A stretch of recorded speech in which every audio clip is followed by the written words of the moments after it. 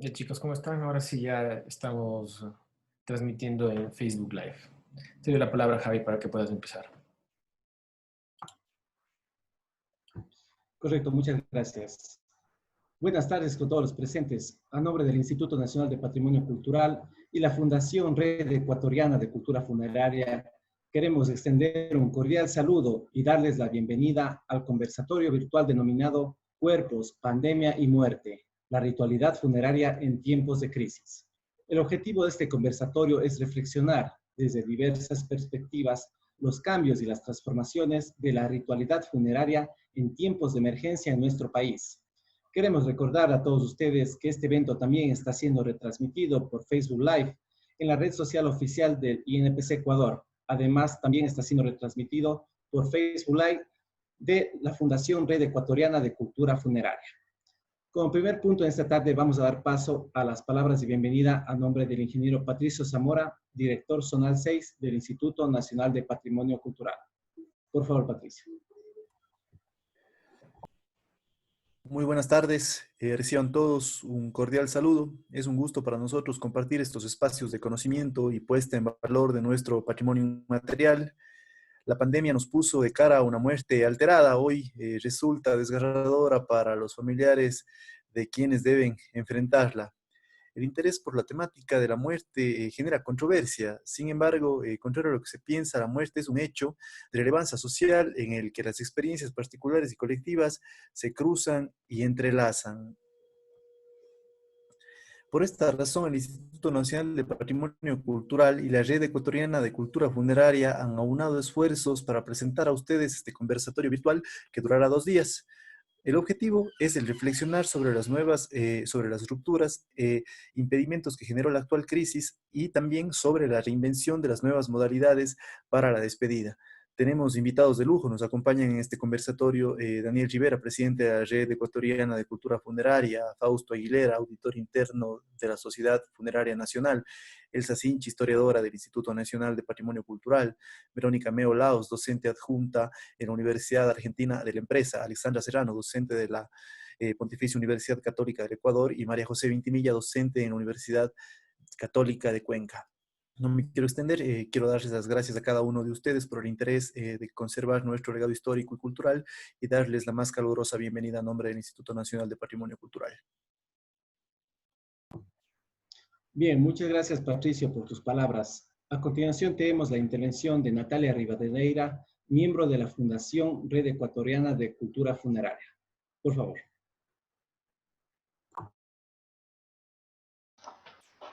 Buenas tardes con todos y todas. Primero agradecer este espacio que es muy importante y trascendente, tal como han indicado los que me antecedieron.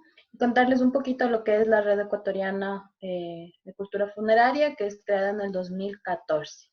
También somos parte de la Red Iberoamericana de Valoración y Gestión de Cementerios Patrimoniales. Antes de la pandemia nos reuníamos una vez al año, donde compartíamos ponencias e investigaciones. La parte más importante a la que nos dedicamos como Fundación Red Ecuatoriana de Cultura Funeraria es las investigaciones en torno a memoria, patrimonio, gestión, ritualidades y prácticas relacionadas a la cultura funeraria en Ecuador y en el mundo, desde la multidisciplinariedad y pensados con la comunidad. Les agradecemos nuevamente y eso es todo lo que quería compartir. Bien, muchas gracias, Natalia.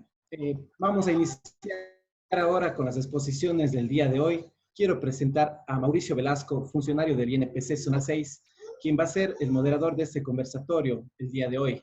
Buenas tardes, Mauricio. Vamos contigo, por favor. Muchas gracias, Gabriel. Bueno, muy buenas tardes con todos y con todas. El Instituto Nacional de Patrimonio Cultural y la Red de Cultura Funeraria del Ecuador les dan la bienvenida a este evento académico, el cual busca discutir sobre la temática Cuerpos, Pandemia y Muerte, la ritualidad funeraria en tiempos de crisis. Para ello, este día vamos a discutir 2 ejes temáticos con 3 ponencias. Cada una va a tener una duración de 20 minutos y tendremos una ronda de preguntas y respuestas al final de este evento. Cuando tengamos una diferencia de 5 minutos con el fin de cada ponencia, es decir, cuando tengamos ya 5 minutos antes de terminar el tiempo de cada uno de los ponentes, les estaré comunicando a cada uno para evitar tropiezos o percances con respecto al tiempo y la participación de cada uno de ellos. Quisiera iniciar este evento con una cita de Clifford Geertz en Interpretación de las Culturas sobre la muerte de un niño javanés. Java es una isla que se ubica en el Pacífico Sur, en Asia, y en la cual hasta a mediados del siglo anterior conservaba muchas tradiciones que actualmente se ven homologadas por el sistema funerario o exequial tradicional occidental. Dice así: cuando este niño muere, el conjunto de creencias y ritos que durante las generaciones había guiado y tranquilizado incontables javaneses en el periodo posterior a la muerte, dejó repentinamente de producir sus acostumbrados y efectos benéficos. Aquel desorganizado funeral no era más que un ejemplo microscópico de conflictos mayores, de disoluciones estructurales y de intentadas reintegraciones que de una u otra manera son característicos de la sociedad indonesia contemporánea. Dando este salto, veremos que hay muchas más reflexiones de las que nos podría plantear la muerte. Es un fenómeno muy complejo, cultural y socialmente. Para ello, tenemos el primer eje temático, que es cementerio como espacio de memoria. Y la primera participación obedecerá justamente a Daniel Rivera. Daniel Rivera Albuja es licenciado en Gestión Cultural y Turismo por la Universidad de los Hemisferios, presidente de la Red Ecuatoriana de Cultura Funeraria. Ha trabajado en proyectos relacionados a la cultura funeraria, disputas en espacio público, comunidades, derechos de población LGBTIQ+, y música latinoamericana. Ha sido invitado como articulista en medios escritos y en programas de radios locales e internacionales. Con ustedes, Daniel Rivera, tienes 20 minutos para tu exposición. Muchísimas gracias.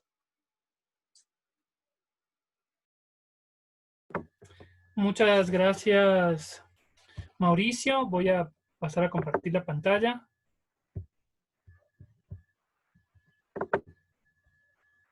Es mi primera vez dando una exposición en nivel virtual, así que sepan disculpar si me pongo un poco nervioso, pero lo voy a hacer bien. A ver. Ya. ¿Me podrías confirmar si está viéndose bien la pantalla? ¿No hay ningún problema? Perfectamente. Ya, perfecto. Bueno, buenas tardes con todas y con todos. Quiero empezar mi ponencia apelando a la memoria de dos comuneros importantes que han fallecido en estos días. El uno es Manuel Ullana, de Llano Grande, y el otro es Manuel Simbaña, de San Miguel el Común, ambos portadores de la memoria comunitaria de sus espacios y muy importantes dentro de lo que les voy a comentar. Bueno, ¿cómo inicia esta investigación, este interés por la muerte? Es justamente porque yo era el encargado de acompañar a mi familia materna y paterna a visitar las tumbas de mis antepasados. Y yo lo tomaba como algo bonito, como algo importante, y yo fui aprendiendo, fui conociendo más. Luego, cuando empecé mi etapa laboral, con una entonces en formación Red Ecuatoriana de Cultura Funeraria, empecé con el registro fotográfico. Y esto es en el cementerio de Conocoto del Valle de los Chillos de aquí de Quito. Y ahí yo empecé a encontrar detalles que me llamaban la atención. Empecé a encontrar cada espacio de los cementerios como un espacio importante para comprender y entender a las personas que estaban ahí y a las personas que rodeaban, a los vivos que estaban alrededor del cementerio. Luego, posteriormente, yo inicié con lecturas antropológicas, históricas, empecé a trabajar en archivos, y esto me permitió luego, en el 2018, en conjunto ya con la Red Ecuatoriana de Cultura Funeraria, trabajar en unas metodologías de autogestión de patrimonio funerario. Esto fue un proyecto con el Instituto Metropolitano de Patrimonio de aquí de Quito, y lo que buscábamos era un poco evidenciar la parte del patrimonio funerario de las parroquias rurales. fue un proyecto piloto que se realizó con Calderón, y en este proyecto piloto fue muy interesante porque yo elegí trabajar en la comuna de Llano Grande.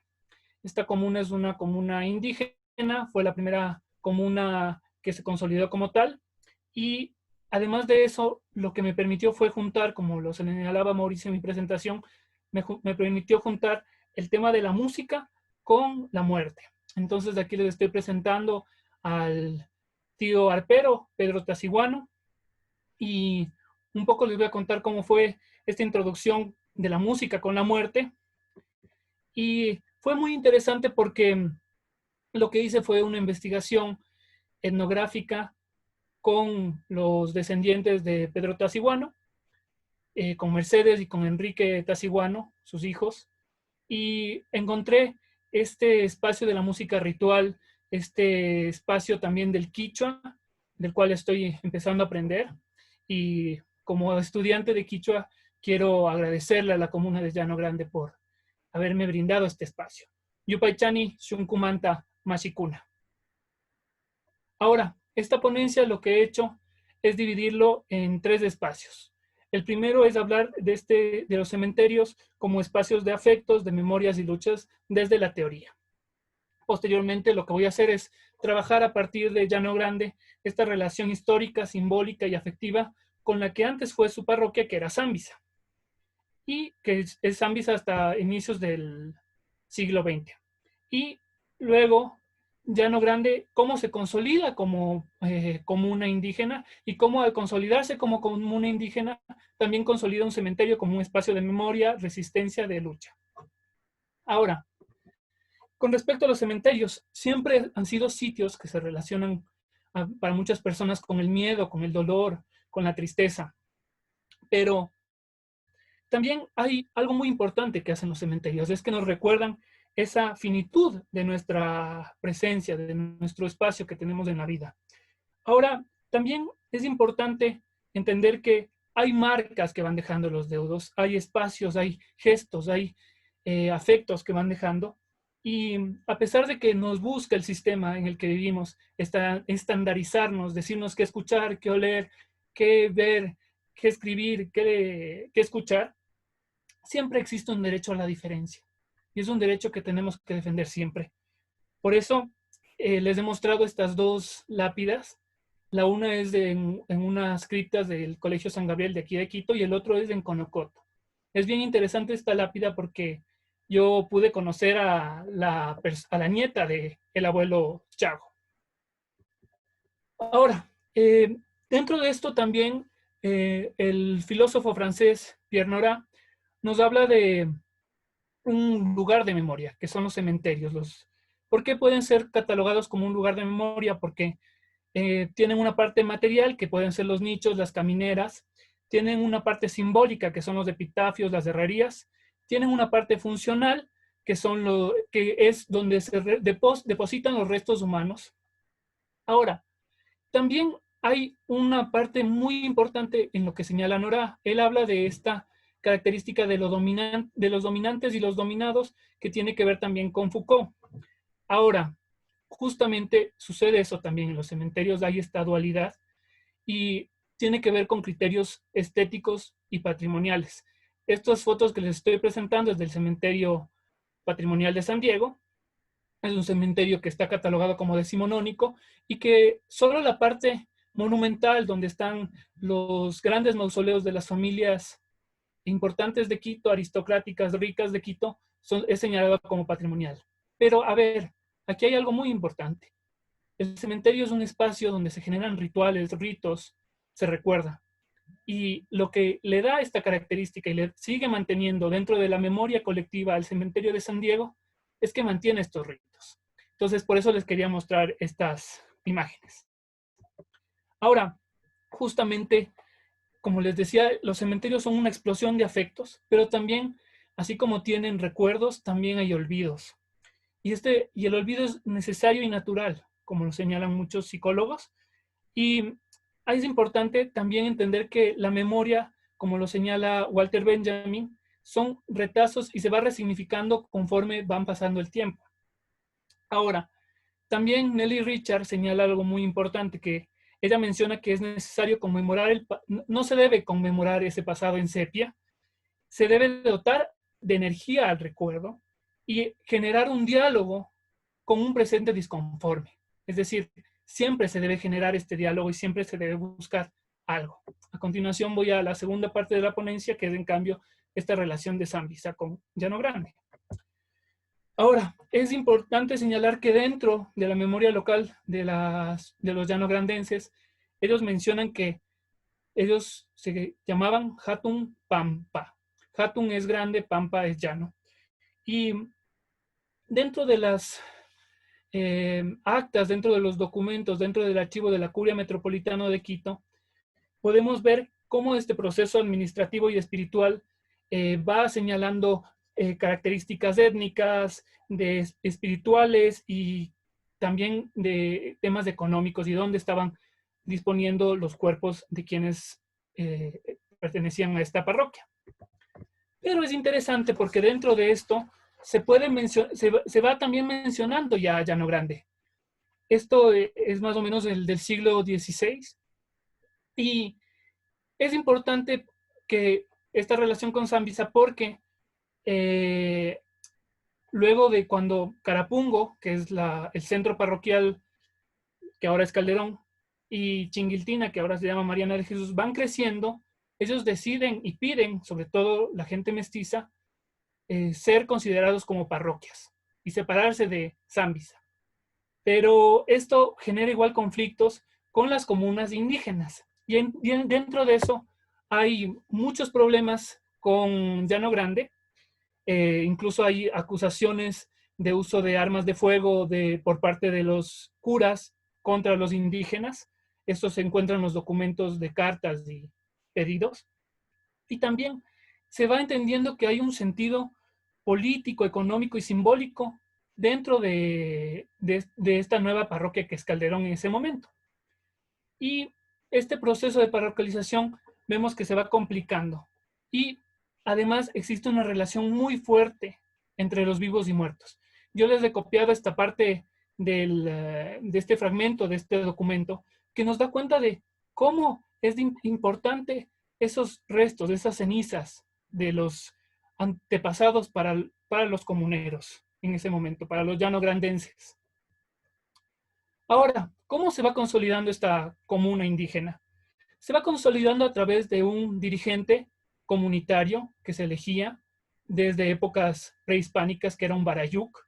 Este barayuk, en este caso, es Calixto Muso, y él logra a través de diferentes procesos que el 23 de febrero de 1956, Llano Grande sea considerada como comuna indígena. Lo que voy a seguir pasando algunas imágenes, quiero aclarar, son del archivo de Manuel Ullana, que les comenté que falleció hace poco, y también de Ana Belén Rosales, a quien agradezco por haberme las facilitado. Ahora, dentro de la comuna indígena, obviamente no le cayó nada bien a Calderón que se conforme una comuna y que tengan de alguna manera una cierta independencia. Y había un problema muy grave con el transporte público. Había maltratos y abusos.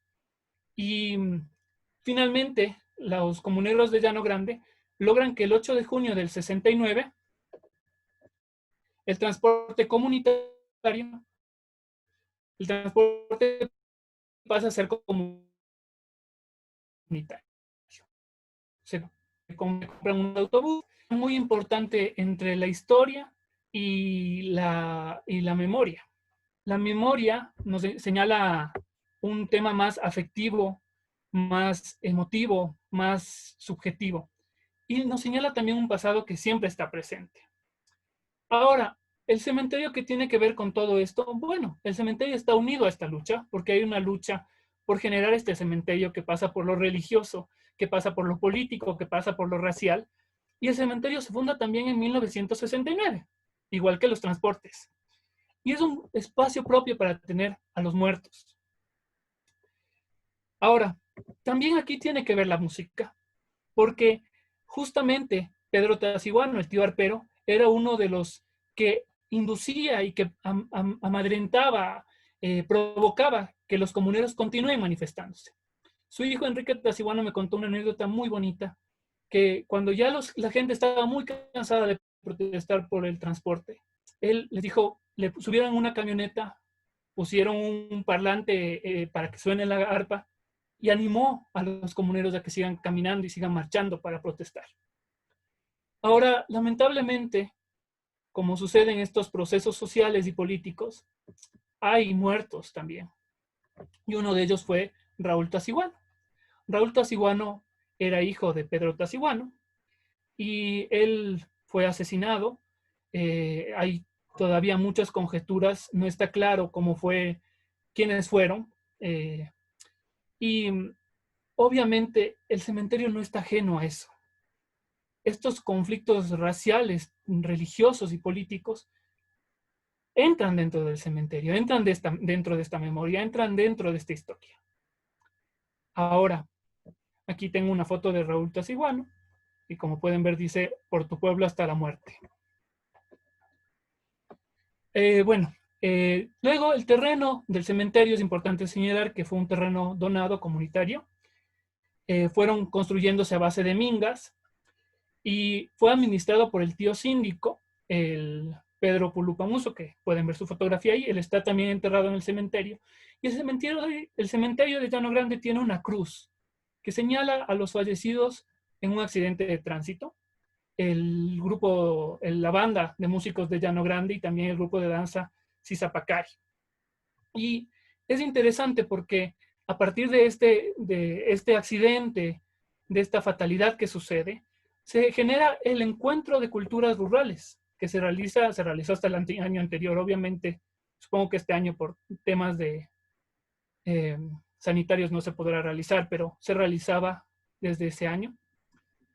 Y este es un espacio de encuentro a través del trabajo comunitario. ¿Por qué les digo esto? Porque el cementerio del Llano Grande genera todavía esta suerte de mingas continuas en su espacio. Obviamente esto les estoy hablando de antes de la pandemia, ¿no? O sea, quiero aclarar eso. Ahora, también dentro del cementerio de Llano Grande, lo que se ha propuesto es que sea también un sitio donde los chicos de las escuelas del sector puedan convivir y conocer su historia, más allá de la historia oficial. Es decir, se dé este contacto de lo subjetivo que existe dentro de las memorias. Y es bien interesante porque esto fue una actividad que realizaron desde el Cabildo de Llano Grande. Hasta ahora lo que yo les estoy presentando una foto del cementerio, hasta ahora lo que he podido averiguar con algunos comuneros, lamentablemente la pandemia lo que ha impedido muchísimo que estos actos de solidaridad comunitaria se den de manera tácita y específica, porque obviamente hay que evitar contagiarse.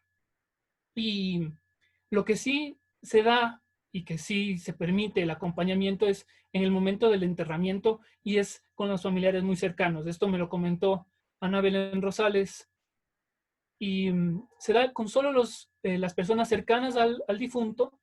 Ya no se dan el acompañamiento, ya no se da la pambamesa, pero evidentemente hay mucha tristeza también y mucho dolor por esto, porque no se está cumpliendo un ciclo, porque no se está cumpliendo. Y yo creo, y para concluir ya, yo creo que justamente luego de que cuando ya nos podamos volver a juntar, que espero que sea pronto, todos estos actos comunitarios tendrán que repetirse y tendrán que darse. Porque así como desde nuestra visión occidentalizada pensamos en que es necesario el duelo y demás, y necesario llorar, así también dentro de las comunidades es necesario el compartir, es necesario despedir, es necesario realizar actos rituales en torno al difunto. Eso, muchas gracias. Creo que no me pasé del tiempo. Perfectamente, Daniel. De hecho, todavía tienes 4 minutos. Si tienes alguna idea más para concluir tu exposición, pues estás dentro del tiempo. No, simplemente que les agradezco, me faltó quizá decir que les agradezco a ustedes como NPC por el espacio. Siempre es muy interesante compartir estos diálogos, compartir estos saberes y como les decía ayer en otro conversatorio que tuvimos, el INPC ha sido fue vital para realizar el segundo encuentro nacional en enero de este año y ahora me encanta que volvamos a seguir trabajando juntos. Muchas gracias. Muchas gracias, Daniel. Como siguiente punto, tenemos la participación en el mismo eje temático, cementerio como espacio de memoria, de Fausto Aguilera. Fausto es ingeniero en Administración de Empresas por la Universidad Central del Ecuador, magíster en Relaciones Internacionales, Economía y Finanzas por la Universidad Andina Simón Bolívar, MBA por el Instituto de Altos Estudios Nacionales, IAEN. Ha sido consultor senior en empresas privadas y públicas y docente universitario. Actualmente presta sus servicios profesionales como auditor interno en Sociedad Funeraria Nacional y es representante legal en Sofiprem S.A., compañía de factoring. Bienvenido, Fausto. Muchas gracias, estimado Mauricio. Estimados todos, buenas tardes. Gracias al Instituto Nacional de Patrimonio Cultural por la oportunidad, lo mismo que a la entidad de la que formamos parte, la Red Ecuatoriana de Cultura Funeraria. Realmente es un gusto para mí poder compartir este espacio en una coyuntura tan importante como la que estamos viviendo en este momento, por su dificultad especialmente. Para iniciar, me gustaría comentarles que efectivamente reflexionar sobre la muerte, como menciona Fili Varies, y esto a partir de, digamos, de nuestro involucramiento con el campo funerario, y como mencionó bien Mauricio y también Daniel, es un tema difuso y complejo, ¿no? Que siempre, digamos, muestra que nuestra comprensión del mismo siempre va teniendo cambios a lo largo del tiempo. Entonces, hablar de la muerte siempre es hablar en alguna medida de nuestra propia experiencia de la muerte y en el caso que nos convoca en esta tarde, hablar de la gestión respecto de la muerte. Entonces, en esta breve exposición que vamos a realizar, me gustaría conversar tanto en términos de gestión como en términos de ritualidad y memoria, que es lo que nos convoca principalmente. Para hacer una breve introducción, me gustaría comentarles que efectivamente, digamos, la muerte en el siglo XXI, en el tiempo actual en el que vivimos, ya no es igual a la muerte del siglo XX. Es decir, la gestión del campo de la administración de la muerte, de lo que llamamos el campo funerario, ha sufrido cambios importantes que han estado ligados a la historia y a las condiciones y a las coyunturas que cada uno de ellos, digamos, que hemos vivido en este tiempo, ¿no? Para hablar específicamente de la experiencia de la institución en la que presto mis servicios profesionales, la Sociedad Funeraria Nacional tiene 169 años, es decir, es la primera entidad y la pionera en los servicios funerarios en la ciudad de Quito. Y como ustedes pueden apreciar en este largo tiempo de más de un siglo, la Sociedad Funeraria ha vivido las transformaciones que todo el campo funerario de la ciudad ha transcurrido en el periodo del siglo XIX y el siglo XX, y este inicio del siglo XXI, que a juzgar de muchos autores, de hecho, la pandemia, en algunos criterios, es lo que inicia, digamos, el siglo XXI, ¿no? Entonces, ¿cómo nos encuentra, como una breve introducción, la situación actual, antes de entrar netamente ya en lo que tiene que ver con el COVID-19, la situación de crisis sanitaria que estamos viviendo actualmente y la relación que esta tiene con la muerte? Una breve introducción sería cómo se encuentra la muerte en este momento, es decir, cómo socialmente y cómo culturalmente la muerte es vista desde el campo de la administración en términos generales de la administración funeraria.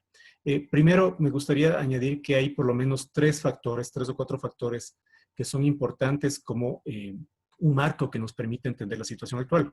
El primero es que la muerte hoy en día es un tema, o era un tema privado, es decir, pasó de lo comunitario a lo individual, guiado por el sistema económico actual en el que vivimos, y como menciona Baudrillard, lo que se busca actualmente es superar la muerte en términos de que podemos tener el acompañamiento y el luto, pero la idea es que en este momento nosotros, una vez que tenemos un evento de dolor vinculado con la muerte, buscamos nuevamente volver de manera muy rápida al ámbito productivo. Por otro lado, esto significa que en el ámbito del campo de la administración funeraria también se ha producido un fuerte proceso de profesionalización en lo que tiene que ver con los procesos de la administración de los mismos, es decir, los mecanismos de administración de los cuerpos y cadáveres, digamos, de las empresas funerarias, de las organizaciones funerarias, en el caso de la sociedad funeraria, que es una organización sin fines de lucro que también tiene como sujeto social de beneficencia, también está vinculado con los avances sociales y tecnológicos y necesidades que el sistema actual nos exige cada vez más. Es decir, que aparte de la eficiencia en el sentido de, del manejo en el avance, efectivamente nos implica también cierto nivel de rapidez en el mismo. Y esto, por ejemplo, se ve inscrito en el manejo de la pandemia. Por otro lado, como consecuencia de estos cambios sociales, nosotros también advertimos que se hace necesario, y este es el caso, digamos, de pasar del ámbito individual familiar al ámbito de la delegación profesional de los servicios. Es decir, en este momento, a diferencia del siglo XX, principios del siglo XX, del siglo XIX, vivimos lo que muchos autores consideran una sociedad farmacológica o medicalizada, es decir, la importancia del sistema médico en el manejo de lo que está vinculado con la muerte. Y efectivamente, inclusive las propias entidades funerarias ahora manejan la muerte desde la vida, es decir, los sistemas de previsión que se han implementado permiten de alguna manera planificar, o eso es lo que se buscaba en alguna medida, planificar lo que sería la muerte, digamos ya con la adquisición de ciertos productos. Entonces, ¿qué significa este sentido de delegación? En este sentido de delegación significa que todo el tratamiento de la muerte se produce por parte de profesionales, es decir, la administración de los cuerpos, de los cadáveres, ha pasado de las manos de los familiares y amigos de la comunidad, por lo menos en lo que tiene que ver con el medio urbano, a diferencia, digamos, como mencionaba Dani en la exposición anterior, es que se delega a los especialistas para que se hagan cargo de todo lo que tiene que ver con la preparación, procedimiento y despedida del cuerpo o del fallecido. Entonces eso naturalmente también implica que como unidades de gestión o como organizaciones del sistema funerario, nuestro propio servicio está ligado a las prácticas culturales y a los, digamos, y a los rituales que se han venido dando y que inclusive en algunos casos, como ha sido el caso de la Sociedad Funeraria Nacional en el siglo XX, digamos, también significó influir inclusive sobre el propio ritual, es decir, pasar de la inhumación a tierra a la inhumación en nicho, de la, digamos, de pasar de la monumentalidad que nosotros podemos observar en cementerios tan importantes de la ciudad como San Diego, pasar a un cierto nivel de homogenización respecto de las lápidas y demás, como vemos en cementerios como en el Batán y ahora en parques cementerios como en Colinas de Paz, que también son parte de la Sociedad Funeraria Nacional. Y por otra parte, como podemos observar, como consecuencia de todos estos cambios, efectivamente se produce, digamos, la transformación en las ritualidades, en estas prácticas culturales, de la influencia que en alguna medida también las organizaciones del campo funerario han tenido y que por supuesto están ligadas al desarrollo, digamos, del sistema económico que nos rige. En este sentido también es importante aclarar que en Quito, Quito es una ciudad donde el campo funerario está administrado en general, digamos, de manera privada. La Sociedad Funeraria Nacional no tiene fines de lucro, podría considerarse como una entidad privada, y el resto de entidades, digamos, hoy el campo funerario es un campo de realización y de servicios para usuarios que lo están haciendo entidades de carácter privado, a diferencia de otras ciudades del país. Con esta breve introducción me gustaría plantear un poco cuáles son los cambios que se sufrió como consecuencia de la pandemia. Es decir, cuáles fueron los cambios que, considerando la ritualidad, se dieron como consecuencia del inicio de esta situación sin precedentes que se convirtió en una crisis sanitaria. Para esto, a mi modo de ver, es importante reflexionar sobre que la ritualidad, la memoria y la muerte, digamos, por supuesto están atravesados por estas prácticas culturales y estas prácticas le dan sentido a la población. Y esta encuentra en ellas el soporte que necesita para, digamos, pasar por el proceso de dolor que implica la muerte. Entonces, indiscutiblemente, los cementerios son espacios que albergan estos cuerpos, que albergan cadáveres, que albergan ritualidades y que albergan memorias. Lo que hace que, digamos, por una parte tengamos una gestión que esté vinculada a la eficiencia administrativa, pero también por otros elementos que son de característica patrimonial inmaterial, como mencionó Mauricio, como mencionó Daniel en la exposición anterior. Y digamos que efectivamente no son necesariamente individuales en el sentido de la devoción individual que se puede dar al fallecido, pero colectivos en el sentido de que hay prácticas culturales que los van significando.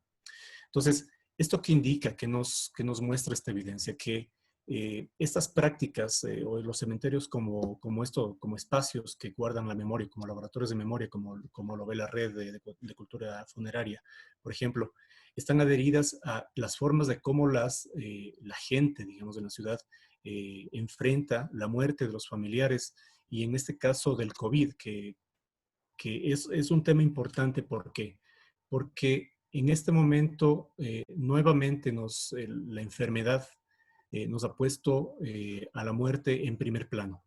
Entonces, poner a la muerte en primer plano significa que nosotros estamos mucho más pendientes de la ritualidad que está asociada a la muerte y que caracterizan estos procedimientos ya que nosotros manejamos en términos de gestión, que están vinculados a la inhumación y la cremación. Entonces, qué es lo que sucedió una vez que la pandemia inició? Cuando la pandemia inicia, digamos, para poner simplemente digamos, un marco cronológico, indiscutiblemente pone por frente ya con las experiencias internacionales a partir de que en diciembre en China, el 11 de marzo, digamos, la Organización Mundial de la Salud notifica que el COVID es una pandemia y esto transcurrió después de que China en diciembre notifica del primer caso de COVID, ya se identifica la necesidad de que los servicios funerarios son servicios estratégicos y en el caso de Quito ya se coordina con el COE nacional y con el COE del GAD local para las actividades a realizarse. Uno de los temas importantes, digamos, ya a partir del mes de abril fue la experiencia de Guayaquil. La experiencia de Guayaquil obligó, digamos, a la ciudad de Quito y a las organizaciones del campo funerario a ser mucho más coordinadas respecto de cómo se iba a manejar en el eventual caso de tener una elevación de los niveles de contagio. Entonces, naturalmente esto determinó que, a pesar de que en la ciudad nosotros manejamos, digamos, en términos de gestión, el campo funerario, relevó nuevamente el papel de control del Estado, ¿no? Y de coordinación del Estado, más allá de los juicios de valor que podemos hacer de los resultados de esta gestión, porque en este caso ya esta condición, digamos, de privacidad o individualidad que está vinculada con el tema funerario se transforma ya en un asunto de salud pública. Por otra parte, como consecuencia de esta situación, naturalmente las organizaciones del sector funerario debemos modificar o digamos debemos reestructurar los servicios y debemos entender que debemos tener una capacidad instalada y naturalmente dimensionar esa capacidad instalada para poder atender los casos que a diferencia de Guayaquil, en Quito se iniciaron en el mes de junio, julio, digamos, se dio una elevación de contagios importantes, es decir, que ocurrió 3 meses después. Y por supuesto, digamos, como consecuencia de toda esta coyuntura que se viene dando a partir del 15 de marzo, naturalmente nosotros hemos identificado los cambios que hay en la ritualidad. Entonces, hemos evidenciado una transformación de los rituales y de lo que tiene que ver con lo que eventualmente puede transformarse la memoria de esta crisis sanitaria. Entonces, naturalmente, ¿cuáles han sido en lo concreto, ya digamos, en la relación directa del manejo de los cadáveres? ¿Cuál ha sido uno de los cambios principales que ha tenido que ver con la ritualidad? Y es que nosotros hemos tenido que cambiar los protocolos de enterramiento. Es decir, la ausencia de velación, el manejo de un protocolo extrahospitalario y hospitalario que está designado por el Ministerio de Salud Pública, donde la cremación e inhumación, digamos, se han transformado en variables obligatorias y, por supuesto, que evitan que por razones de contención del contagio, que los familiares pueden despedirse de los deudos. Y, por supuesto, la ausencia de despedida, hemos evidenciado que aumenta los niveles de dolor por la pérdida del familiar, es decir, no poder hacer este evento que está vinculado con la velación donde uno, digamos, inicia este proceso de duelo.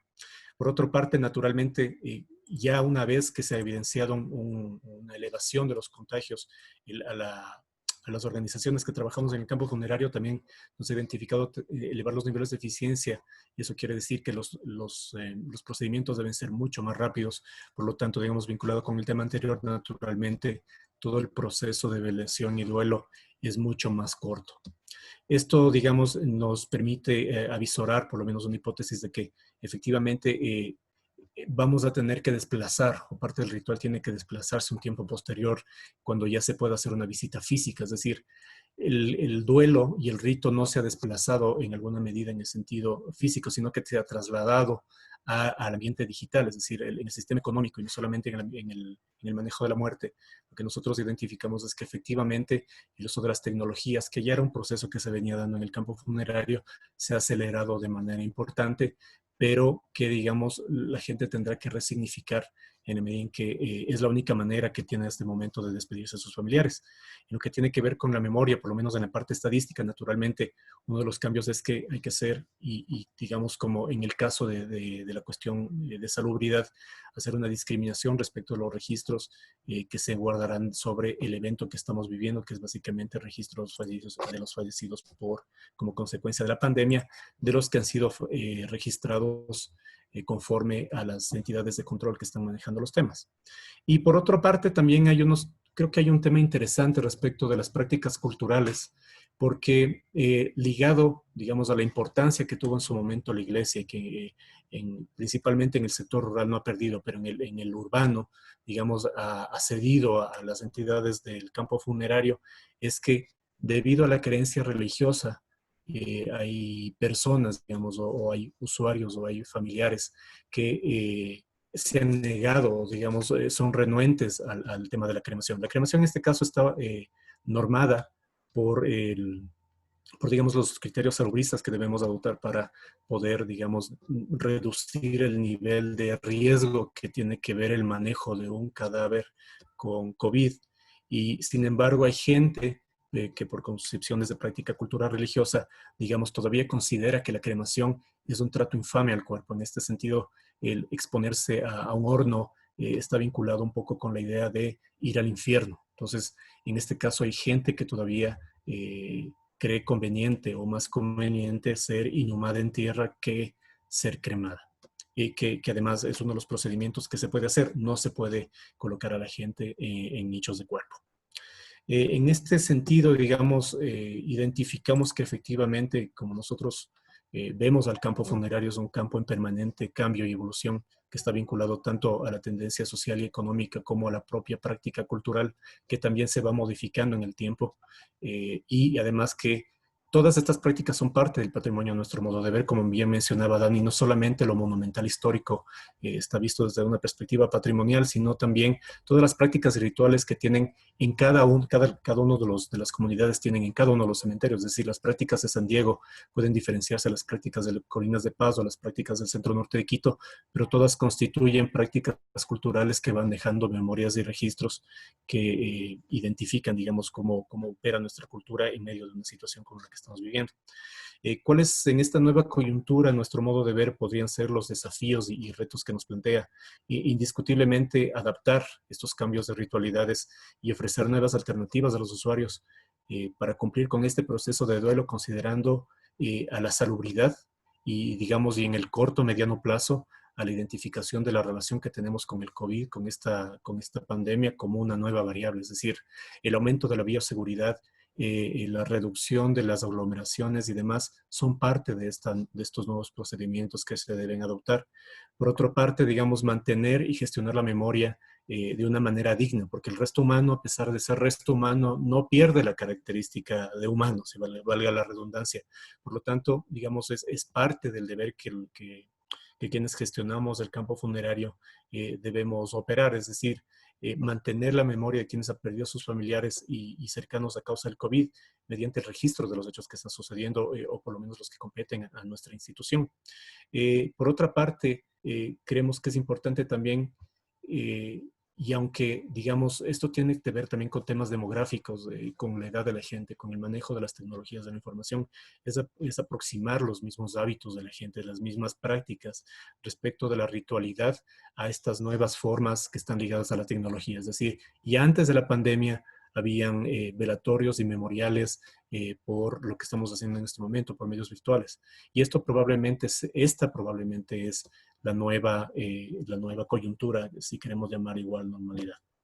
Por otra parte, creemos también que, y esto fue una tendencia a nivel mundial ya desde mediados del siglo XX y llegó a Ecuador, que fue la cremación, digamos, en su momento no aceptada por la Iglesia Católica. Al final, digamos, hubo una aceptación por parte de la Iglesia Católica, y esto en el marco de que la tradición y la ritualidad de nuestra población está ligada a la religión, al elemento cristiano. Entonces, creemos que efectivamente va a haber una aceleración en el sentido de que la eficiencia respecto del manejo de los cadáveres debe orientarse a que la cremación, digamos, por ser más eficiente y digamos, por el término de costo, efectivamente también va a ser considerada como de los elementos importantes. Con esto me gustaría concluir mi presentación y quedamos abiertos para las preguntas. Muy gentiles. Muchísimas gracias, Fausto. Justamente para cerrar el eje temático de cementerio como espacio de memoria, podemos señalar que Quito tiene un contexto bastante complejo y amplio, tanto en las exposiciones que nos presentó Dani como en la de Fausto. Hablamos de dos Quitos, un llano grande con una ritualidad bastante bien demarcada, con una lucha por su espacio para sus muertos, y en Quito con una variedad de campos santos en los cuales se va a tener diferentes contrastes muy vinculados a la urbanidad un tanto homogenizante del siglo XXI.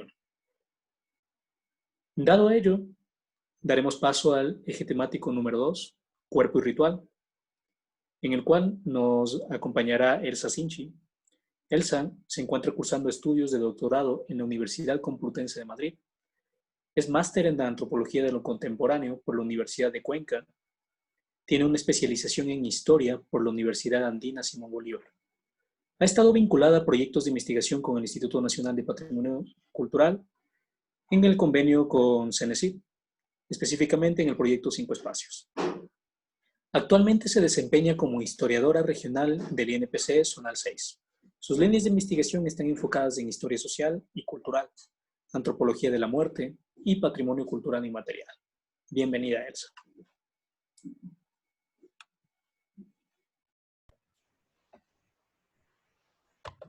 Buenas tardes con todos, con todas. Muchas gracias, Mauricio, por la presentación y muchas gracias también a la Red Ecuatoriana de Cultura Funeraria, con quien hemos venido trabajando muy empeñosamente en el desarrollo de este conversatorio, considerando que la muerte es un tema que debe ser discutido, que debe ser debatido, aun cuando su sensibilidad sea alta, y más cuando se trata de un hecho social sumamente trascendente y que en esta época de pandemia sobre todo nos ha puesto, como ya lo mencionaron los compañeros anteriores, de cara a una muerte masiva y a una muerte a la que todos de alguna manera huimos también. Entonces, dicho eso, voy a iniciar con mi presentación. Les voy a compartir la pantalla. Son unas breves diapositivas en torno a este eje sobre muerte y cuerpo y ritual. En sí, la muerte como un hecho social trascendente precisa de emociones que son canalizadas dentro de una serie de códigos socioculturales que se enmarcan en la práctica funeraria, lo que se conoce como ritos de paso, a esto a lo que hace referencia Van Gennep.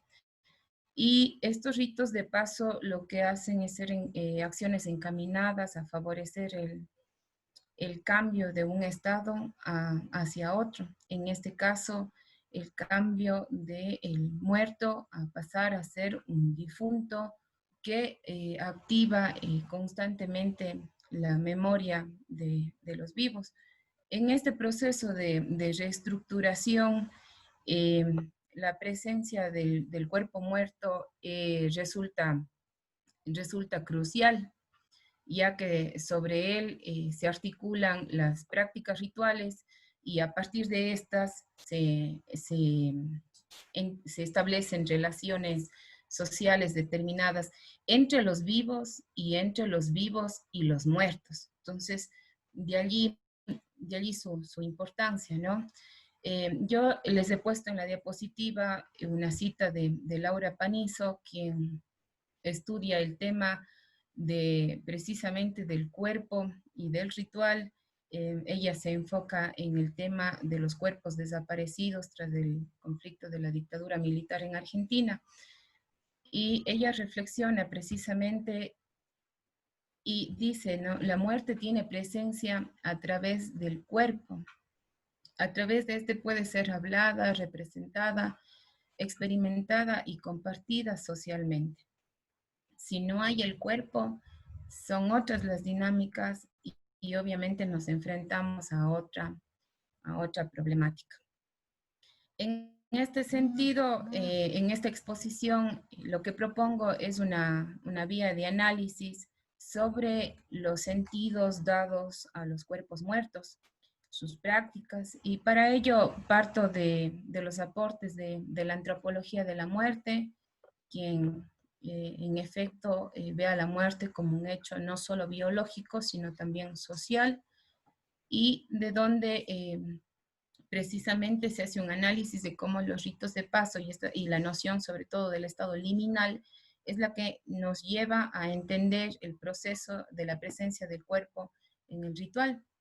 Y también tomo algunos postulados de la antropología del cuerpo para entenderle al cuerpo muerto como un cuerpo activo, un cuerpo transformador, un cuerpo que es agencia, en este caso en el contexto ritual. A esto está complementado con las reflexiones que he obtenido del trabajo de campo realizado sobre prácticas mortuorias domiciliarias en los espacios de baños y Sinincay, en la ciudad de Cuenca, en donde tuvimos un primer acercamiento en el año 2011, posteriormente en el año 2016 hasta el 2018, pero en la actualidad estas reflexiones siguen nutriéndose, siguen complementándose con lo que actualmente está sucediendo con la muerte en el contexto de la pandemia. ¿Qué es lo que busco del análisis que hoy les voy a compartir?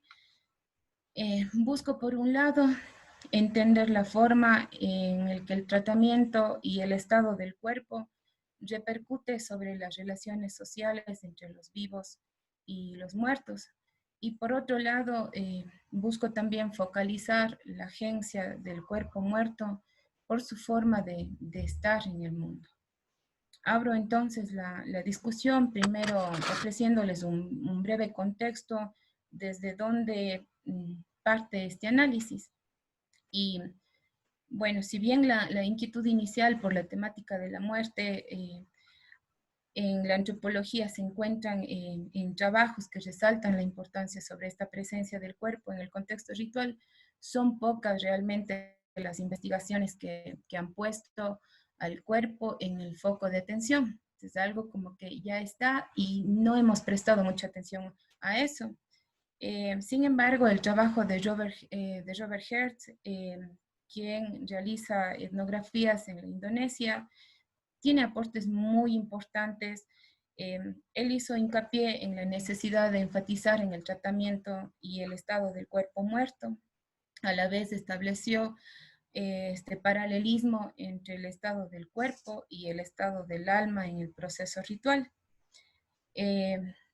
Dejando de alguna manera ver que hasta que el cuerpo no haya sido depositado en su sepultura definitiva, prácticamente el alma no se integraba a ese mundo místico de las almas y empezaba a frecuentar en los lugares donde habitó en la vida y podía incluso volverse peligrosa, ¿no?, para los vivos. Entonces allí incluso derivamos esto de la buena muerte y la mala muerte, que más adelante ya hablaré un poquito más de eso. Hay autores mucho más recientes que han retomado los postulados de Hertz. Está Elizabeth Ansett, está Dreyfus, está Garibán y también está Laura Panizo, que le había citado inicialmente. Ellos se focalizan en las prácticas ejercidas sobre los cadáveres, con el objetivo de encontrar las funciones simbólicas y materiales asignadas a los cuerpos muertos. Su contexto de estudio son los cuerpos violentados y los cuerpos desaparecidos en episodios de genocidios, de guerras. A excepción de Panizo, los demás autores no se detienen tanto en las relaciones entre los deudos y los muertos que las resalta Hertz. Sin embargo, sus aportes me resultan sustanciales para desarrollar una comprensión no solo representacional del cuerpo muerto, sino también para entenderlo como un cuerpo con agencia, como lo menciona Citrus, ¿sí? Un cuerpo vivo, un cuerpo vivido, que responde a una construcción material simbólica y que está atravesado por significados culturales. Por tanto, en el contexto ritual, insisto en el contexto ritual porque fuera de este van a ser otras las connotaciones asociadas al cuerpo, posiblemente con horror, con temor, pero en el contexto ritual es capaz de generar transformaciones sociales, no solo en la condición del sujeto ritual, que en este caso va a ser el difunto, sino también en la actitud mental de la sociedad. En ese sentido, se presta atención al cuerpo muerto, entendido como una entidad dinámica, como una entidad activa, que tiene un carácter transformador y que corporizada en el contexto ritual es por tanto un sujeto de significaciones. Todos los símbolos de duelo y luto y los actos de homenaje que tienen lugar en el ritual tienen la función de socializar la pérdida, de hacerla pública, participativa a la comunidad. Las acciones simbólicas también lo que hacen es ayudar a prevenir, a curar a los vivos de posibles culpas, como lo mencionaba Thomas en su momento, y asimismo el ritual funciona como un seguro de orientación y de control de lo aleatorio de nuestra existencia. Apacigua la angustia ante la incertidumbre de lo que se considera una amenaza, como es la muerte.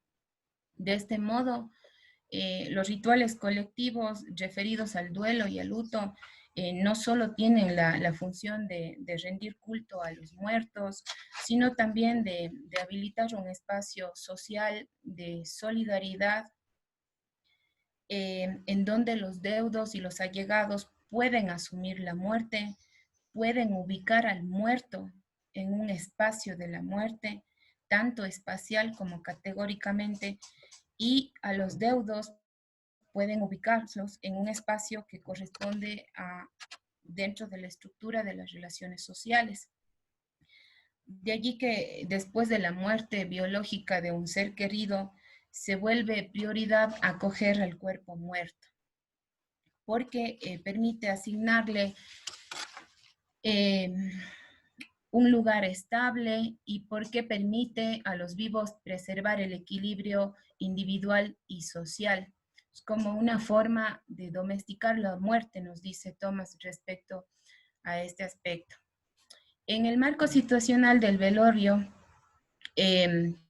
que es un periodo de transición que permite precisamente el encuentro entre los cuerpos vivos y los muertos, el cuerpo muerto ocupa un lugar entre los otros cuerpos, ¿sí? No es un objeto, es un sujeto y por tanto interacciona con los vivos y además que está considerado aún con rasgos humanos. Desde ese periodo en el que nos dice precisamente la etapa liminal, no es determinado como muerto, tampoco está vivo, sin embargo está en ese espacio intermedio que es un casi vivo y un casi muerto. Entonces, ese casi vivo invoca todas las atenciones que de alguna manera permiten esa superación de la muerte. ¿Cuáles son esas atenciones? Son abrazos, son besos, son caricias, es amor, es cuidado, es un contacto piel con piel, ¿sí?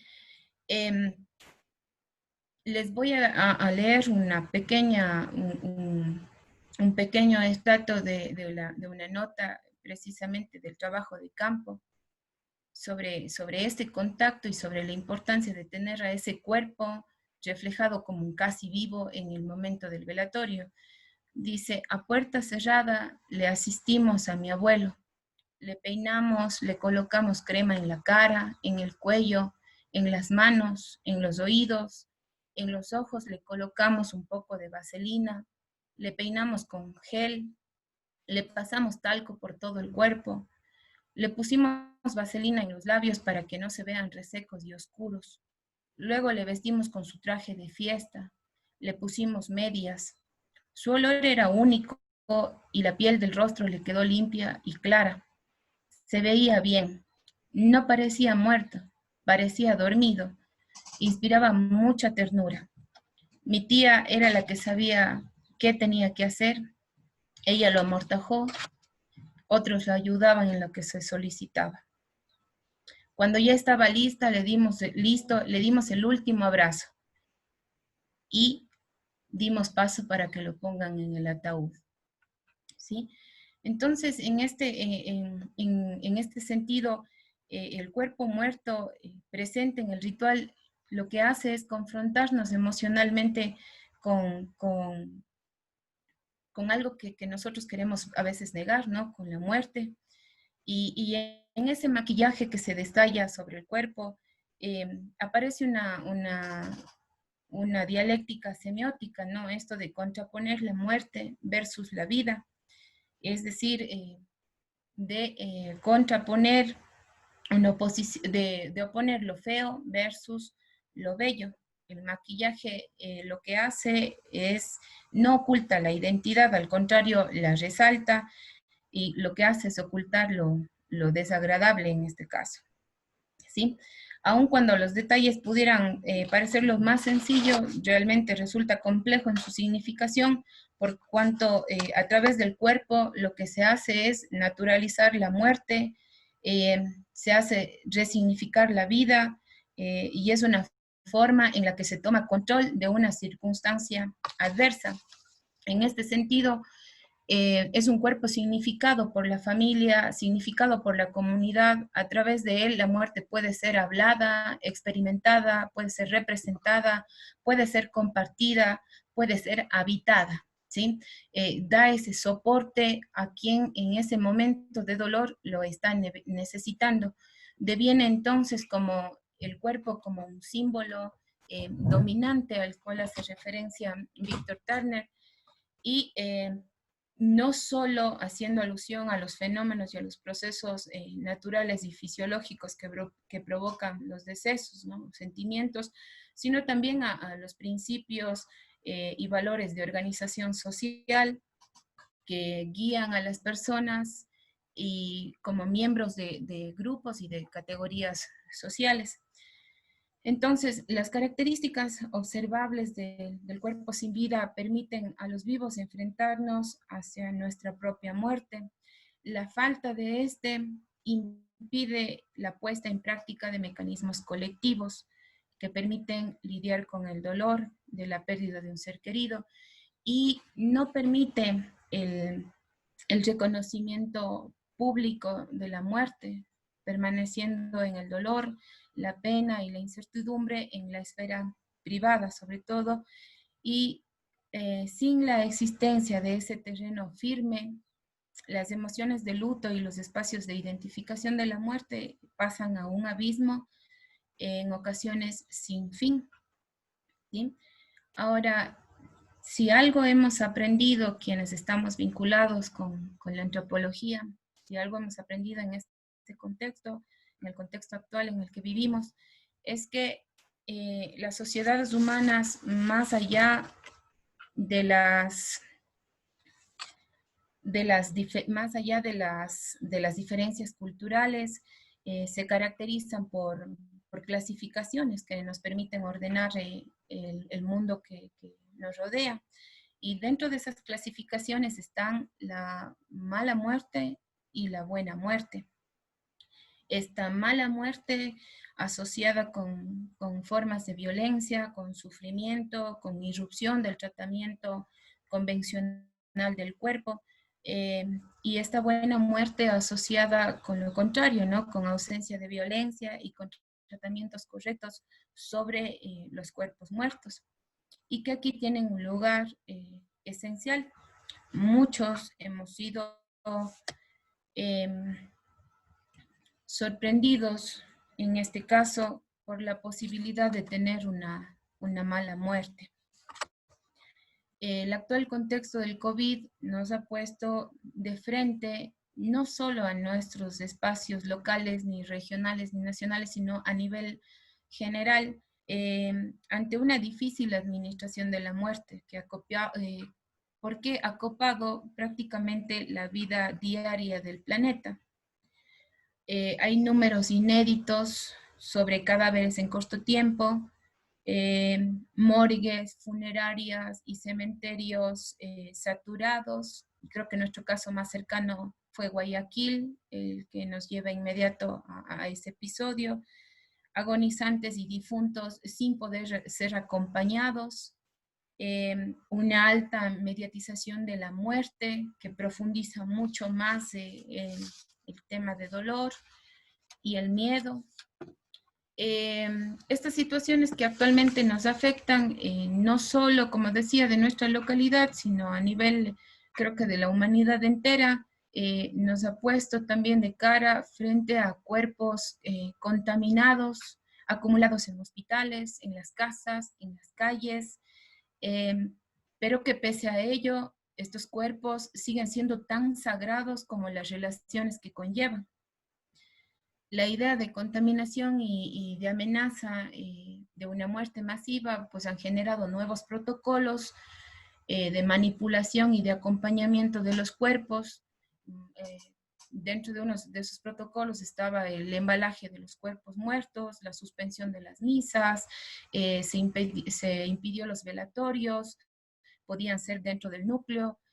Había accesos limitados a los cementerios, y eso de alguna manera ha venido a obstaculizar las prácticas esenciales de despedida y de separación. La muerte no ha podido ser habitada por los deudos y por los visitantes, y tampoco por los familiares que sufrieron la pérdida de ese ser amado, ¿sí? Tampoco ellos tuvieron un espacio social. Entonces allí, cuando falta el cuerpo, cuando no hay ese acompañamiento, cuando la cremación se hace inminente y necesaria, pero que no estaba dentro de esa tradición, no está tan arraigada la tradición cultural. Fausto ya nos explicaba un poco sobre cómo ha sido de hecho esta lucha por hacer que sea aceptada la cremación dentro del tema de la iglesia. Y para las familias del campo todavía, y sobre todo en las zonas rurales, la cremación es algo que no es considerado factible en muchos de los casos. Ver todo esto, ¿no? Cuando el entierro nos produce miedo. Hubo un caso aquí en Azogues que había la denuncia de que estaban enterrando los cuerpos precisamente, y luego tuvo que dar una nota de prensa. El administrador, me parece que fue en ese caso del cementerio, indicando que se había hecho con ciertas normas de seguridad, que había denuncias de que se estaban enterrando esos cuerpos. De ver cuerpos almacenados en neveras, allí en donde permanecen, en este caso, sin identificación algunas, o cuerpos que permanecen sin que nadie los haya buscado, cuerpos que están en la vía pública en estado de putrefacción. Es allí cuando advertimos la verdadera ausencia, ¿no? Y cuando logramos comprender la importancia del cuerpo y del ritual, cuando precisamente nos impiden ese contacto piel con piel, cuando nos impiden esa relación de abrazos, de caricias, de mimos con ese cuerpo que está en despedida, ¿sí?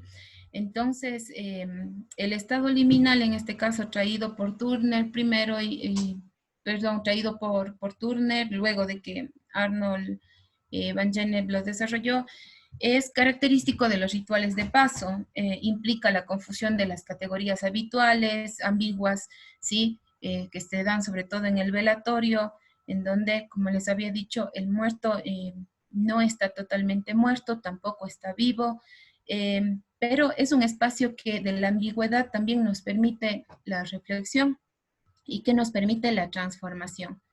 Sin embargo, en esta etapa en la que estamos viviendo, este estado liminal aún no tiene cierre, ¿sí? Y nos refleja una difícil proyección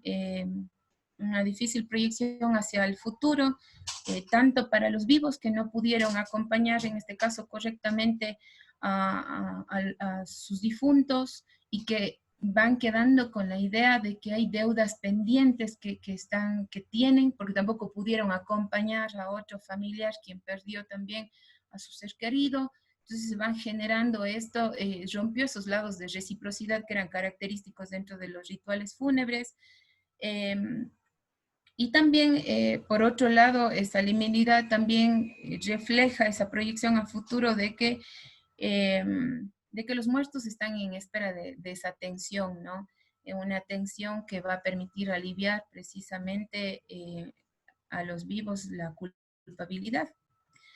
Pero en algún momento tendrá lugar, en algún momento se va a hacer.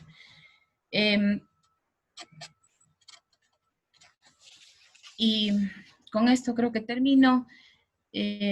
Reflexionando un poco más sobre la actual crisis, es evidente que nos generó rupturas y que también hubieron impedimentos y hay todavía impedimentos, pero que también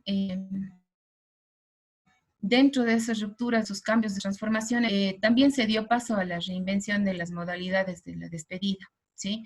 Y creo que Fausto ya lo mencionaba un poco, pero es interesante ver cómo algunos sacerdotes encontraron alternativas, en este caso, para acompañar a los difuntos y para aligerar el dolor a los deudos a través de misas dadas a través de WhatsApp o de Facebook, haciendo grabaciones en YouTube.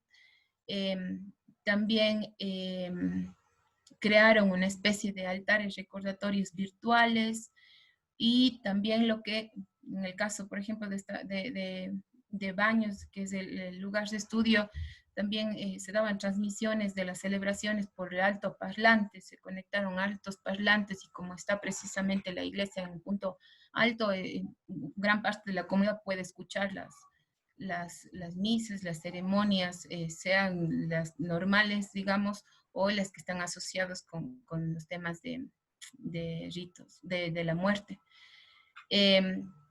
Las redes sociales también, ahora más que nunca, nos dan cuenta de ese papel complementario, incluso de sustitución de la presencia material del cuerpo del difunto. Vienen a ser de alguna manera formas de luto, inéditas en torno a esta ritualidad, a la ritualidad mortuoria y al tratamiento de los cuerpos en este contexto. Muchas gracias. Muchísimas gracias, Delsa. Con esto hemos terminado la ponencia del eje temático de hoy, de cuerpo y ritual, con la exposición de Delsa, muy interesante. El hecho de domesticar la muerte, es decir, poder establecer dentro de este espacio tangencial, físico, cultural o categórico, la diferencia entre los que están vivos y el que está muerto, pero aún así es parte todavía culturalmente, se encuentra dentro de un espacio de memoria y además de un espacio ritual de transición. Es decir, el muerto no se queda solo, o sea, sigue siendo parte de la comunidad. Sin embargo, hay diferencias entre lo que nos habían planteado anteriormente en cementerio como espacio de memoria, en las cuales deriva mucho de estas nuevas características culturales dentro de la modernidad, tanto a nivel comunitario como a nivel urbano. A continuación tenemos la ronda de preguntas y respuestas. Invitamos a Daniel, Fausto y Elsa a acompañarnos a responder las preguntas de nuestros oyentes. La primera pregunta es para Daniel. Es un comentario de Luis Azuero y dice lo siguiente. Los Pillapiña de Zambisa son de la descendencia materna del herrero Francisco Cantuña Pillapiña, una familia muy antigua de los comuneros con una tradición milenaria. Una bonita experiencia y felicitaciones todavía. Adelante, ¿quieres responder a Luis?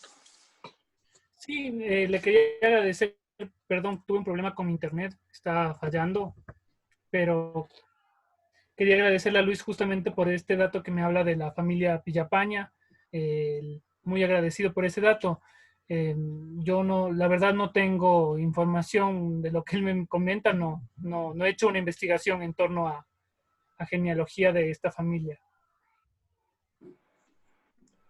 Perfecto, muchas gracias, Daniel. Una pregunta más para ti, es por parte de Cristina Jaramillo. ¿Crees que la pandemia, más allá de destruir o hacer que se pierdan los rituales, pueden llegar a consolidar nuevos tipos de rituales que permanezcan en el tiempo?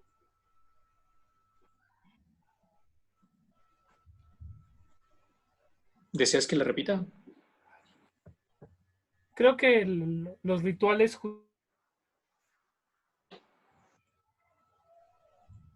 No, sí te escuché bien, no te preocupes, porque estaba yo anotando las preguntas antes. Adelante, Daniel. Muchas gracias. Te decía que justamente los rituales no son estáticos, van transformándose, obviamente van dándose como modos, o sea, justo lo que comentaba Elsa hace un momento y Fausto hablaban de estas transmisiones en vivo, de estas misas, se está cumpliendo el ritual, se está transformando. Yo no sé, yo no me animo a decir si es que van a permanecer en el tiempo o no. La verdad no, yo preferiría que no permanezca, pero eso es mi criterio personal. Perfecto, muchas gracias, Daniel. A continuación tenemos una pregunta para Fausto, de Susana Freire. Nos menciona, si bien la muerte es una experiencia que generalmente es asumida con dolor por los deudos, quiero preguntarles si considerarían que en estos tiempos de la pandemia, es decir, con muertos fallecidos a causa de COVID-19, la muerte como tal conlleva una mayor carga de dolor. Adelante, Fausto. Gracias, estimada Susana. A mi modo de ver, sí conlleva una mayor carga de dolor. Y precisamente porque si bien la muerte, digamos, a nuestro entendimiento, es un evento, digamos, existencial muy importante que efectivamente tiene ya esa carga. En este momento creo que también hay una carga de injusticia respecto a la muerte. Es decir, una concepción de la muerte como injusta, es decir, no poder despedirte, no poder cumplir con el ritual. Y por otro lado también creo que hay un criterio generalizado respecto de cómo se ha manejado la pandemia. Entonces, naturalmente creo que estos eventos, por ejemplo, lo que vimos en Guayaquil, digamos, la indignidad en el trato de los restos humanos en contenedores y demás, y efectivamente creo que esa pérdida de dignidad, a mi modo de ver, crea este sentimiento de injusticia. Entonces, yo no me imagino, por ejemplo, para los familiares de las personas desaparecidas en contenedores en COVID en Guayaquil, cuál será el resultado de una situación tan grave, ¿no? Entonces, precisamente esa falta de dignidad en el trato de los cuerpos creo que es precisamente lo que está provocando en este momento más dolor. Y por supuesto, digamos, también el hecho de no poder despedirse, digamos, no concluir con este momento de transición que tiene que ver con el ritual, ¿no? Muchísimas gracias, Fausto. Una pregunta más para Daniel. Esta viene de parte de Abel Ramírez. Dice, tu reflexión en cuanto a la presencia de las mingas en cementerios como Llano Grande y que he observado personalmente en el cementerio de la Magdalena, me lleva a pensar que existe una gran diferencia entre estos cementerios y otros, por llamarlos más modernos. Siendo así, ¿puede decirse que los ritos funerarios tienen más o menos cabida o desarrollo de acuerdo al espacio en los cuales se practican? Yo creo que tiene que ver con quiénes lo practican y en qué espacio se hace. Justamente Elsa comentaba algo antes, yo lo que les comentaba era lo que se hace en Llano Grande, y el día de ayer en una conferencia nuestra compañera Katy Álvarez comentaba cómo se da el ritual en cambio en la Amazonía ecuatoriana. Entonces, depende también, yo creo que depende de quién lo realiza y en dónde se realiza. O sea, son estos dos factores lo que hace que un ritual tenga un sentido o cómo se va a dar este rito. Muchas gracias, Daniel. La siguiente pregunta es para Elsa. Nos dice, es por parte de Susana Freire. Los cambios de los rituales, ¿cómo influyen en las comunidades? Bueno, yo creo que en general para las comunidades, el tema del cambio del ritual sí es un choque más, es más brutal, llamemos así, ¿sí? Sobre todo la obligación a ese cambio. Yo lo que he podido ver es que hay mucha resistencia de las comunidades y también recogiendo un poco lo que ayer Karina me parece que exponía en la red funeraria, ella hablaba del caso de la Amazonía, también era algo muy similar, ¿no? Ella reflejaba un poco, nos comentaba cómo había esta resistencia a ciertas cosas. Y si bien yo pienso que hay rupturas muy sustanciales en el caso de las comunidades, por ejemplo, el impedimento de los velatorios, que es algo sobre todo en ciertas parroquias rurales de la ciudad, por ejemplo, que se dan a nivel de domicilio. E impedir eso es impedir el soporte a la familia, es no permitir esa superación del dolor, es no permitirle al muerto esta buena muerte, ¿sí? Rompe y es muy tajante con esa ruptura, pero también se ha visto que en el caso de las poblaciones rurales, por ejemplo, sí han omitido ciertos casos. O sea, han dicho, sí estamos conscientes que hay el virus, sí esto, pero es un familiar el que se murió, no es un perro. O sea, eso es claramente lo que dicen en las comunidades, ¿sí? Entonces, se corren muchos más riesgos y hay un poco más incluso de irrespeto, llamemos así, a los protocolos que están dados actualmente, pero porque la noción precisamente del tratamiento del cuerpo, esa noción de la compañía a los deudos y todo lo que genera eso, porque genera una serie de cadenas que no terminan al momento de la muerte, sino que se amplían para próximas muertes, porque es el sostén de la comunidad. Entonces, hay muchas cosas que se omiten y que salvando mucho de eso, se realizan velatorios, se realizan entierros de cuerpo físico, se realiza la misa, ¿sí? Porque hay ciertas cosas que van de cara con lo que normalmente solían hacer y por lo general también han sido comunidades que no es como en el caso urbano, ¿no? En donde está rondando quizá con más seguido la policía, en donde están como que más atentos a ciertas cosas. Que la vida en el caso de las zonas rurales es un poco más escéptica en esas cosas y le ponen más ahí a lo que realmente les sostiene como comunidad. Entonces yo pienso que si bien existen cambios, si bien hay rupturas, si bien no todo el mundo pudo asistir al velatorio, sí hay un mayor sostenimiento de parte de la colectividad a esos procesos rituales. Yo como experiencias incluso, diré personales, un familiar que muy cercano que falleció en las épocas en donde se estaba previo a implementar el tema de la emergencia sanitaria ya a nivel nacional, el susto de la familia era precisamente de que no vaya a haber la misa.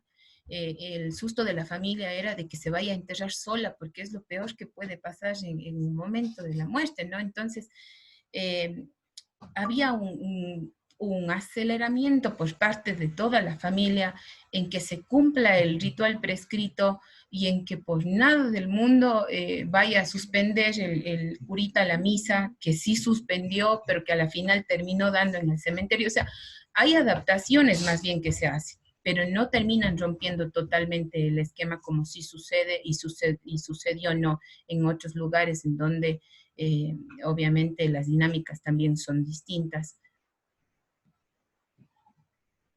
Perfecto, muchísimas gracias, Elsa.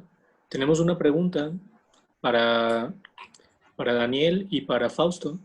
Dicen, siendo que los rituales funerarios están tan bien ligados al paso del tiempo y a las etapas que la humanidad vive o afronta, ¿Creen que la pandemia actual puede generar impactos de largo plazo en los rituales funerarios, tanto en las parroquias como en los sectores urbanos? Por favor, primero Daniel y después Fausto. Yo creo que en general los rituales van transformándose continuamente, van dándose. Por ejemplo, yo recuerdo hace algún tiempo que había el tema de no en época de pandemia, sino que, por ejemplo, los familiares vivían en otro país y lo que hicieron fue transmitir el traslado, el velatorio, el enterramiento a través de Facebook, a través de un video, a través de WhatsApp, a través de videollamadas. Entonces, van transformándose. No, vuelvo a repetir, para mí los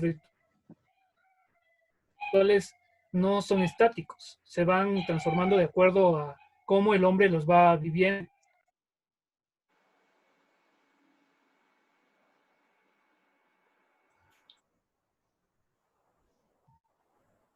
Daniel. Sobre todo esta idea de que los muertos necesitan de nuestra atención. Yo también comparto algo. Pensado un tío en época de pandemia por un cáncer fulminante y la gente y mi familia asistió a la misa.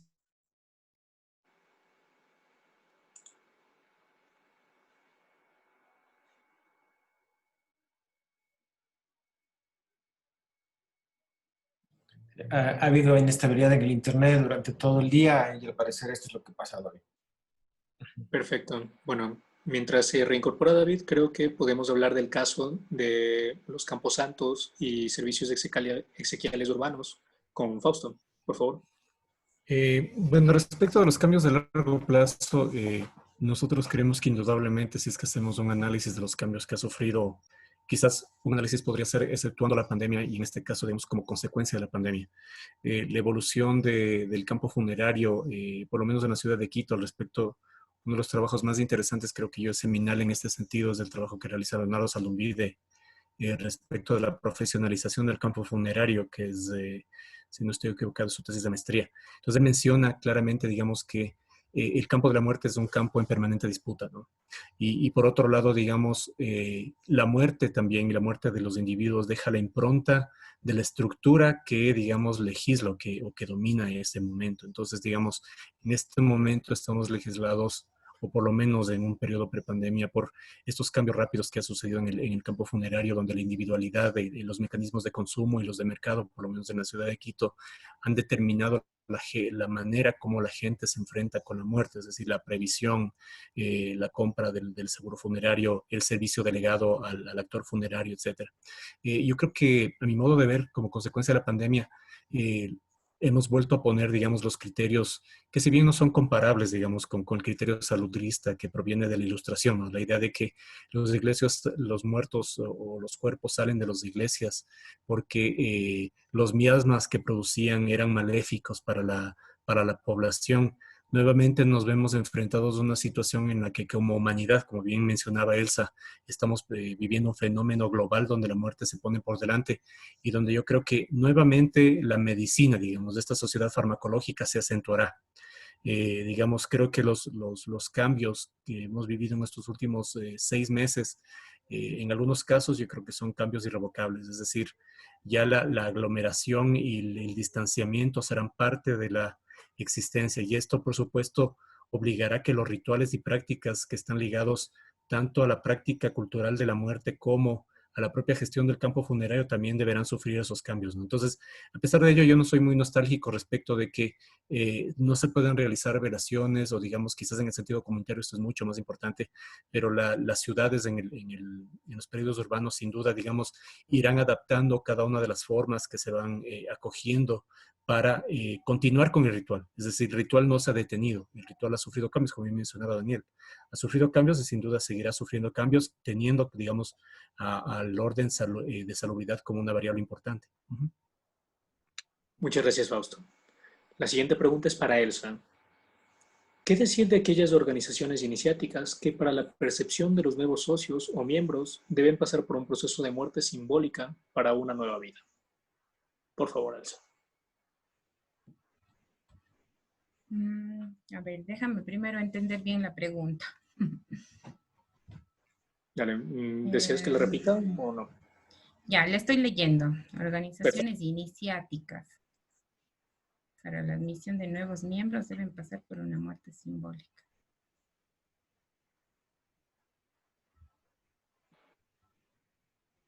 No sé si le entiendo bien, pero no sé si, y también si lo responderé bien, pero con esta muerte simbólica entiendo que debe dejar de lado quizá muchas de las cosas que trae ya, como para ser recibido dentro de un grupo, ¿no?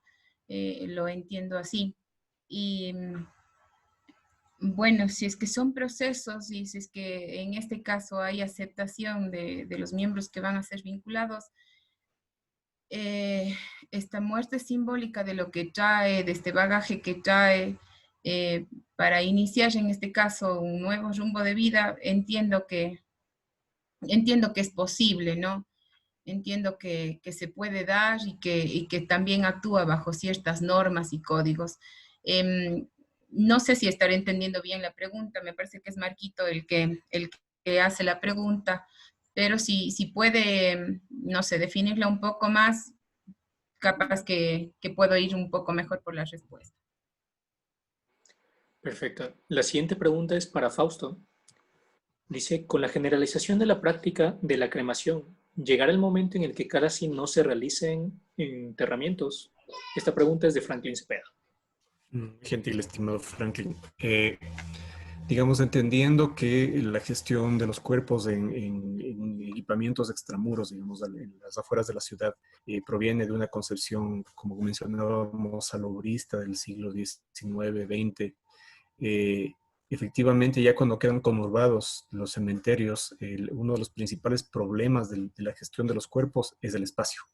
Entonces, no por nada se habla de que el espacio funerario es de los costos por metro de construcción más costosos, ¿no? Entonces, valga la redundancia, esto implica, por supuesto, que en ciudades alrededor del mundo, nosotros vemos en los espacios que están más conurbados, en ciudades de alta densidad poblacional, básicamente la cremación es el único modo de gestionar los cuerpos, de disponer de los cuerpos. Entonces, considerando esta variable como una variable importante, indiscutiblemente, y como una tendencia también para efectivizar, digamos, optimizar este manejo de los cuerpos, naturalmente creemos que ese será el mediano plazo, digamos, mediando los cambios culturales que operen a partir de la pandemia, creo yo, probablemente sea la forma de disposición más importante. Muchísimas gracias, Fausto. Tenemos una última pregunta, es para Daniel. La pregunta dice así, es de Santiago Vélez. No voy a prender la cámara para evitar que haya cortes. Muchísimas gracias, Daniel. Es de Santiago Velecela y pregunta, ¿por qué crees que las costumbres funerarias en las comunidades y en la sociedad en general se van perdiendo? Y bueno, esto lo vemos desde antes de la pandemia. Adelante, Daniel.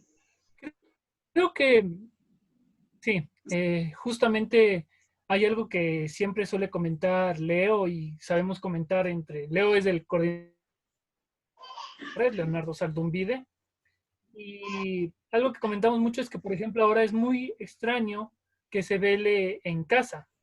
Hay un velatorio en casa, ¿no? Y es porque de alguna manera se ha ido evitando topar el tema de la muerte. Y creo que ahí va la respuesta a esta pregunta, ¿no? O sea, realmente lo que ha sucedido es que hemos querido por todos los medios ocultar esta idea de la muerte porque nos hace que dentro del sistema en el que estamos, que es el capitalismo, nos hace ver improductivos, nos hace ver incompletos. Entonces, yo creo que va por eso, o sea, va en que se van perdiendo, pero también se van revitalizando, se van recomponiendo, vuelven a regresar también muchas tradiciones, muchas prácticas, muchos rituales.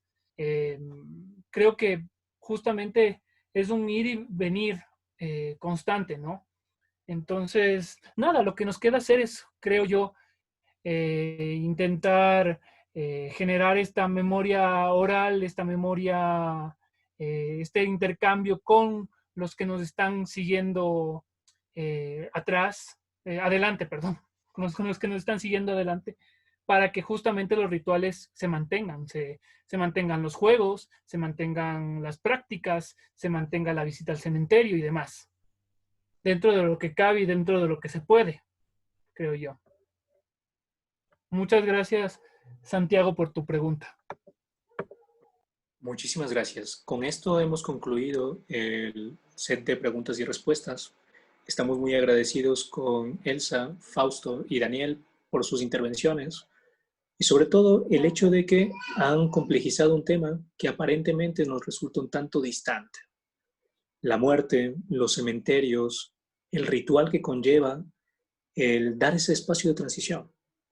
Es por eso que es muy necesario discutir y hacerlo más cercano. Es parte de la vida. Y si algo tenemos de cierto como seres humanos y como seres biológicos, es justamente el fin de este círculo. Que quizás al tener autoconciencia y un sistema cultural que nos hace disfrutar de mayor intensidad simbólica, quizás nos vuelve un tanto recursivo, pero al final creo que encontramos esos canales para llegar a ese paso.